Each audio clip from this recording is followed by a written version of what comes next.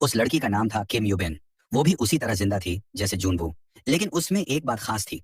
वो इस survival situation में काफी समझदार और सख्त थी। किम ने अपने अपार्टमेंट को अच्छी तरह से सुरक्षित किया हुआ था। अंदर खाने का सामान सहेज कर रखा था। हर चीज को सीमित मात्रा में इस्तेमाल करती थी। उसने अपने कमरे में कई तरह के ट्रैप्स भी लगा रखे थे, ताकि कोई झुंबी अंदर घुस भी आए तो जिंदा न बच सके। अगली सुबह जब दोनों ने इशारों में एक दूसरे को नाम बताया, तो जून वो बेहद खुश था। लेकिन उस वक्त वो बहुत भूखा भी था। पेट दर्द कर रहा था। किम ने उसकी हालत देखकर तय किया कि उसे कुछ खाना भेजना चाहिए। उसने एक प्लान बनाया। उसने एक बेसबॉल में रस्सी बांधी और उसे सामने की बिल्डिंग में फेंकने की कोशिश की, ताकि दोनों अपार्टमेंट को एक तरह से जोड़ा जा सके। लेकिन दूरी का अंदाजा थोड़ा गलत हो गया। सौभाग्य से जूनवू ने समझ लिया कि किम क्या करना चाहती है। उसने तुरंत अपना ड्रोन निकाला, रस्सी उसमें बांधी और उसे उड़ाकर सीधे किम के पास भेज दिया। ये आइडिया काम कर गया। थोड़ी ही देर में किम ने फूड पैकेट रस्सी से बांधकर उसकी तरफ भेज दिया। जूनवू के चेहरे पर पहली बार मुस्कान आई। उसने कई दिनों बाद ढंग का खाना खाया, लेकिन ये राहत ज्यादा देर तक नहीं चली।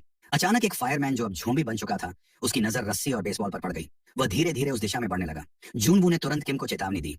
किम ने रस्सी खोलने की कोशिश की, लेकिन तभी झोंबी ने जोर से रस्सी खींची और उसका असर यह हुआ कि किम के ऊपर एक भारी टेबल गिर पड़ी और वह बेहोश हो गई। अब हालात और भी बिगड़ चुके थे। वो झोंबी किसी आम झोंबी जैसा नहीं था। उसमें इंसानों जैसा सोचने की शक्ति बची थी।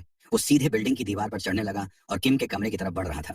जूनबू ने पास से एक बोतल उठाई और उसे झोंबी की तरफ फेंकी, ताकि उसका ध्यान भटके, लेकिन उसका कोई असर नहीं हुआ। वो रुकने वाला नहीं था।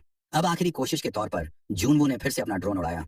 इस बार वो झोंबी के चेहरे के पास जाकर उसे परेशान करने लगा। ये चाल थोड़ी देर के लिए काम कर गई, लेकिन झोंबी ने गुस्से में आकर ड्रोन पर एक जोरदार वार किया और वो नीचे गिर गया। जैसे ही झोंबी किम के कमरे में घुसने ही वाला था, सौभाग्य से किम को होश आ गया। वो फुर्ती से खड़ी हुई और खुद को बचाया।